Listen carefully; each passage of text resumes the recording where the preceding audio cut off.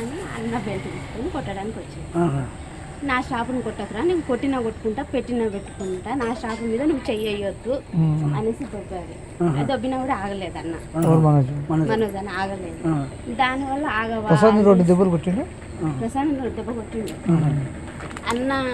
Sir ఏంటంటే కొట్టొద్దు నా shop, నేను భయం పెట్టుకుంటాను, కొట్టకురా అన్నాడు. ఇద్దరు దానివల్ల ఇక ఆ షాప్ గురించి ఏదంతా గొడవ. తండ్రి కొడుకులు నెట్టుకున్నారు. అసలు దెబ్బలు నాకు తెలిసి దెబ్బలు తగ్గలేదు, ప్లేట్ చేసుకున్నారండి. దెబ్బలు తగినంత ఇది ఏం పాతవి ఉన్నాయి. అది ఇది ఒకటేసారి అన్నదమ్ములకు తండ్రి కొడుకు అన్నదమ్ములకు మంచి బద్దలు ఉన్నాయి. ఏమన్నా మౌలిక మేడం చేసుకోవడం ఇష్టం లేదు, ఫస్ట్ నుండి వాళ్ళకి ఇష్టం లేదు. దానివల్ల కొంచెం వాళ్ళు ఫస్ట్ నుండి డిస్టర్బెన్స్ ఆ విషయం మీద. ఎవరికో బాబు ఉన్నాడు, ఆల్రెడీ బాబు ఉన్నాడు కాబట్టి వాళ్ళకి ఇష్టం లేదు. ఇంకా దానివల్ల ప్రసాద్ విషయంలో వచ్చినాయి ఇవన్నీ కూడా. అది జాబు వల్లనే. ఎప్పటి నుండి చేస్తారు ప్రసాద్ వీళ్ళ దగ్గర జాబు?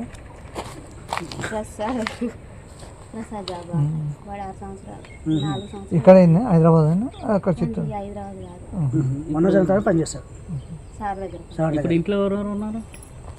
మనోజ్ నుండి మౌనిక ముందు అమ్మ ఉంది. సార్ లేడా? మార్నింగ్ మేడం వచ్చి ప్రసన్న మేడం వచ్చింది కదా,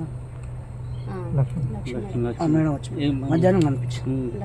అంటే ఏమన్నా సంజాయించిందా లేకపోతే చెప్తుంది ఇంకా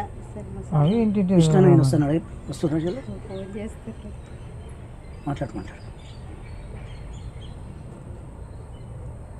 అన్న నా ఫోన్ అందరి ఫోన్ హ్యాండ్ ఓవర్ చేసుకున్నాడు కానీ నా మీద నమ్మకం ఎక్కువ. నా ఫోన్ ఒక్కటే హ్యాండ్ ఓవర్ చేసుకున్నాడు. మాట్లాడు.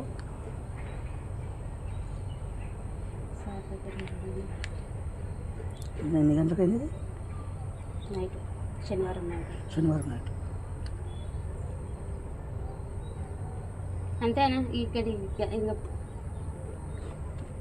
సారు ఇక్కడ ఏం జరుగుతుందో తెలుసుకోరా అని ఫోన్ చేద్దాం అన్న. రాడు, నాకు తెలిసి మా విష్ణు అన్న రాడు.